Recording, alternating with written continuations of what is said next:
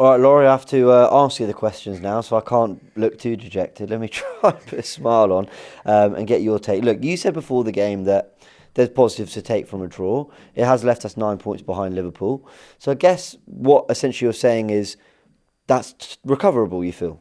Yeah, listen, obviously I would have wanted a win today, as we all would have done. All genuine Arsenal fans would have wanted a win today. Perhaps the difference between me and a lot of other people is I looked at the game logically and I thought Chelsea, good team this season. They're playing well at the moment. They're at home. We are not in our best moment, as they say. So would I have taken a draw? Depending on the nature of the performance, I would have done. And I think today the performance was okay. I thought, actually, more than okay. I thought it was a good performance. First half was good. It was disappointing that we scored and then let them back into it. But then, having said that, it was a great goal. So, Yeah, Newcastle left people. I was describing it as like fist clenched, and what I mean by that is, as I keep saying, not that I was looking to scrap. It's not my style, but more like you're just frustrated. You're just like you want to run on the pitch and be like, come on, you lot, like you play for the badge. I didn't feel that against Inter for sure. I definitely felt the effort and endeavour was there. What I felt with this performance was it was also a step up on. I mean, apart from the fact that we lost the last two, this one's a draw, but this one was also a step up in creativity. And we looked more like our old selves. I mean, still a while to go and a level to go, but definitely looked more our old selves. yeah, definitely. I mean, the Newcastle one was a bit of an aberration because I thought we were off it in all facets. And what was even more disappointing about that performance was we didn't match the energy and the aggression of Newcastle, and that was very disappointing. You always expect an Arsenal team to do at least the bare minimum, which is the effort's got to be 100%. Unfortunately, in that game, we dipped below that, which was disappointing. But the Milan game and now today, you cannot say that of the players. They were fully committed. The energy was there. The impetus was there. We're still not quite fluid enough in front of goal, and I think you saw that today. There was a couple of chances that we could have taken that we didn't. But I think overall, the performance was decent. I think we shaded a possession. I think shots on target was the same. I know Chelsea had more shots on goal than us, but I never really felt that we were out the game at any stage today. So what is going wrong? I mean, ultimately we didn't win. We wanted to win.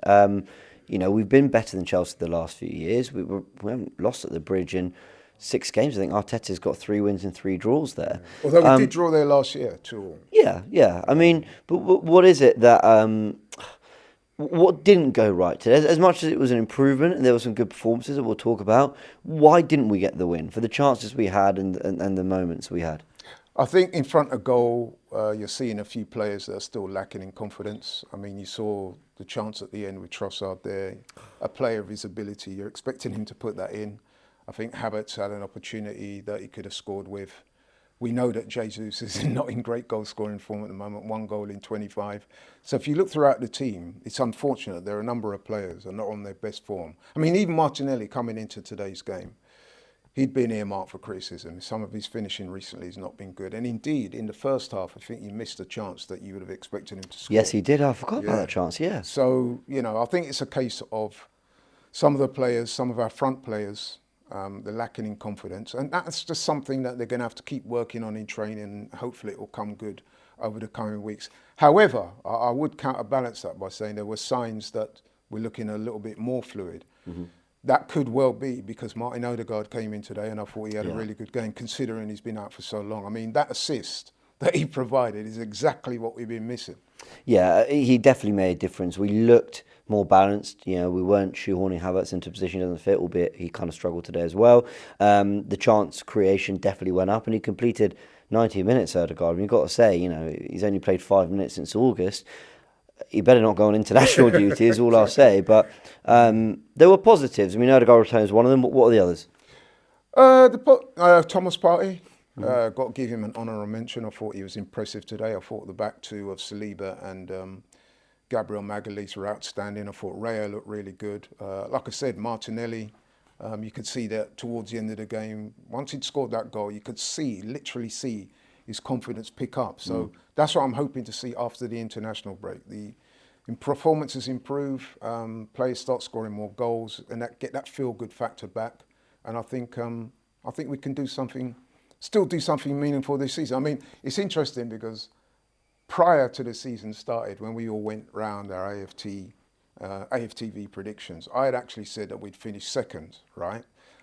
But it's interesting to note that some people that said that we would win the title are now writing us off, whereas I'm not, because I'm looking at the way the Premier League has gone so far after the first 11 games, bearing in mind there's 27 games left. And I'm seeing a lot of people saying, that's it, we're out of it, it's done. I don't agree with that at all. I think if you look at the way the league has started, there's some maverick results, performances and results that you didn't expect to see. We're seeing them. And I think that will probably carry on throughout the rest of the season. And if it does that, then, you know what I mean, we could well be in it at the end of the season. Yeah, I mean, undoubtedly, we debated this on the fan cam you interviewed me for. It's about the amount we have to make up and also the level we have to get to, and then also hoping that there's a drop-off from Liverpool and hoping City don't fix things. So there's a lot of work to be done. If I was to... Did you predict us to win the title of interest? No, that's what I'm saying. When we did our predictions, right, yeah. Just prior to the season starting, I actually predicted that we would come in at second. Yeah. And I said it would be a close race. But to City. I said it would be actually, I did predict. But look at City. I mean, look at City. What now? How many games have they lost now? 3? 4 in a row in all comps. 3 Premier League games? Or was it 2 Premier League games. 2 Premier League games. In the whole of last season, they only lost 3. They've already lost 2 this season. And you'd be a fool to write City off, which is what I'm saying. I don't think that we're at that stage yet where you can comfortably predict who's going to win the title. I mean, Liverpool have got off to a great start, but how much of that is a new manager bounce, you don't really know. I mean, they've already lost at home to Forest this season, so they can be beaten. So there's still a lot to play for. Yeah. 27 games, 81 points, I think it is up for grabs. There's going to be lots of peaks and troughs and ebb and flow, and teams are going to drop points, etc., etc. Yeah, fair enough. I did have a final question, but it's escaped my mind.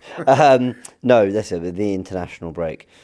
Does it feel now that if you wanted to be the type of guy who made all the excuses in the world for Arsenal, whether you want to mention injuries, the fixtures, whatever, they're out the way now. Players are back.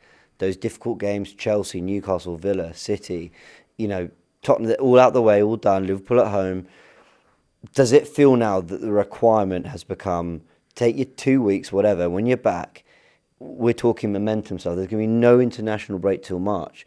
Dare I say, we almost need to go into the new year almost perfect. Is that too much of an ask? I mean, we can barely get one. We haven't got one since October 5th. But I keep saying that the further, if you're snorkeling, the further you swim down, the further you got back to the top. Yeah, and I feel like with every game in which we don't win, the requirement for the next one becomes bigger. I'm now not looking for us to beat Forest, which is going to be difficult in itself. I'm looking at us going, I now need 5 wins in a row in the hope that something goes our way, knowing Liverpool City are playing each other. Is that how you're looking at it too? Yeah, it is. I think the manager, certainly myself, the way I'd be looking at it if I was a manager is this. I'd be saying, look, we've come through a rather difficult period. We've had a bit of a barren run in front of goal. We've gone to Chelsea today. A game where, let's be honest, a lot of people thought we might lose. We didn't lose. The performance was better. He'll be thinking, after the international break, we go again. So I think in that intervening period, he will be trying to boost the players' confidence, get them back on track, get them focused. And he'll probably be saying, although he probably wouldn't admit it out loud, that some of the fixtures that we got coming up are more favourable than the ones we've just had. There's more. You're right. Famous last words, but you're right. Yeah, but that's the way he's going to look at it. You have to be optimist. You have to be optimistic. You can't look at it and say, we dropped too many points already.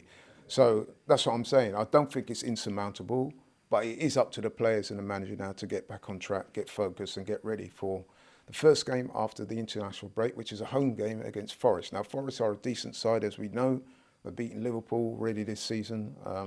They lost today, but they are a good team. However, I think you would have to back us to get a result there. And if we do that, everything's back up and running. Right, let's see. Laurie, enjoy your international break. Catch you in a bit. Thank you, guys.